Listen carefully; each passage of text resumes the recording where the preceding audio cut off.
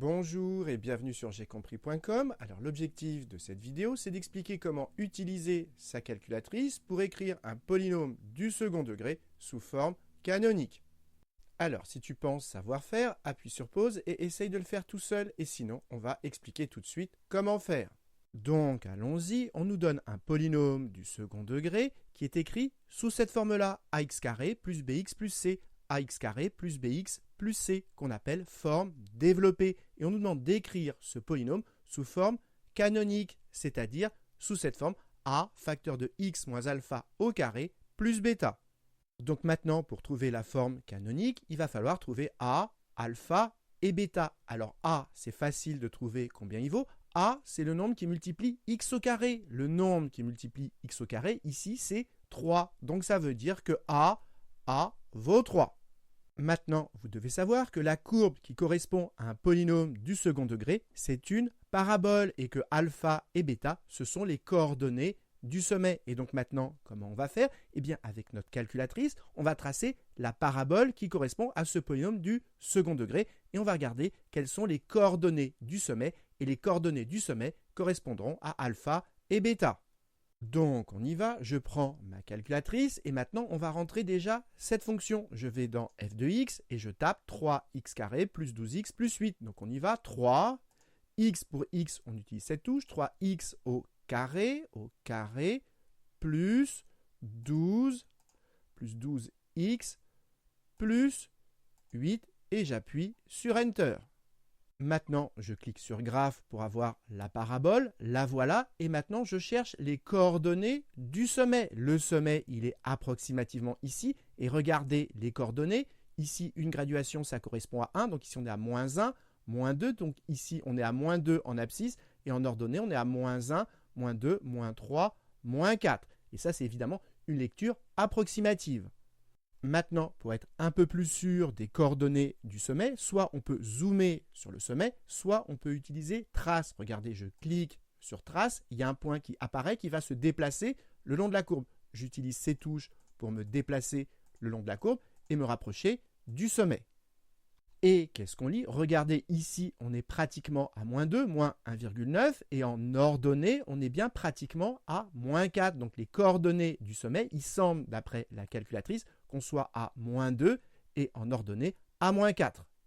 Et alpha, c'est l'abscisse du sommet. Donc l'abscisse du sommet, d'après la calculatrice, l'abscisse du sommet, c'est moins 2. Et bêta, c'est l'ordonnée du sommet, c'est, d'après la calculatrice, moins 4.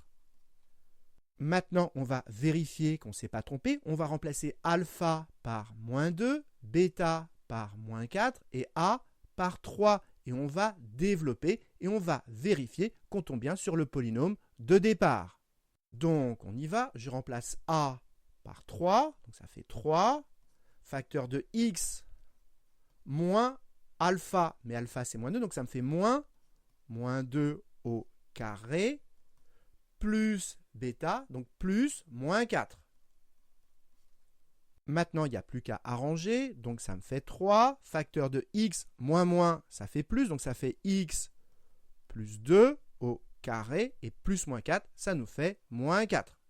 Maintenant, il n'y a plus qu'à développer, donc ça fait 3, et la parenthèse, c'est l'identité remarquable, x plus 2 au carré, donc ça fait x au carré, plus le double produit. On fait le produit, 2 fois x, ça fait 2x, le double produit, donc 2x fois 2, ça fait 4x, plus 2 au carré, c'est-à-dire plus 4, et derrière, moins 4. Alors, mon calcul, je le continue ici. Pour le moment, je suis au brouillon, et ensuite, je remettrai tout au propre. Donc, on y va maintenant. Il faut distribuer le 3, donc 3x au carré.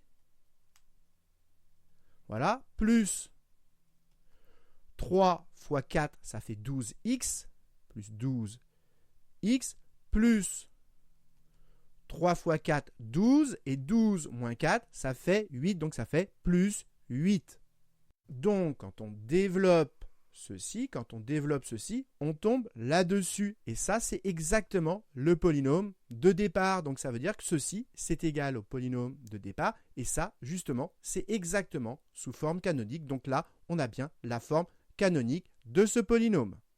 Et donc, pour rédiger, j'écris que d'après la calculatrice, il semble, parce qu'on n'en est pas encore sûr, que le sommet de la parabole, eh bien, ses coordonnées, c'est -2 et -4. C'est ce que j'ai écrit ici.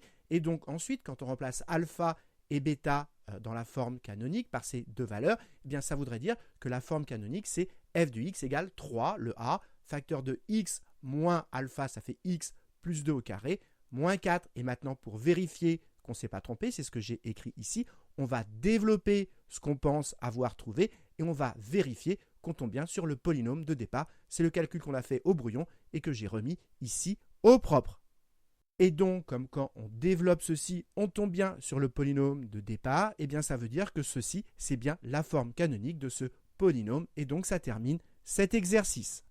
Donc, ce que vous devez retenir, c'est de penser à utiliser votre calculatrice pour tracer la parabole et lire les coordonnées du sommet. Et ensuite, vous remplacez les coordonnées dans la forme canonique pour vérifier qu'en développant, on tombe bien sur le polynôme de départ. Donc voilà, cette vidéo est terminée. J'espère que vous avez bien compris. Et dans la prochaine vidéo, on verra une troisième méthode, toujours pareil, pour mettre sous forme canonique.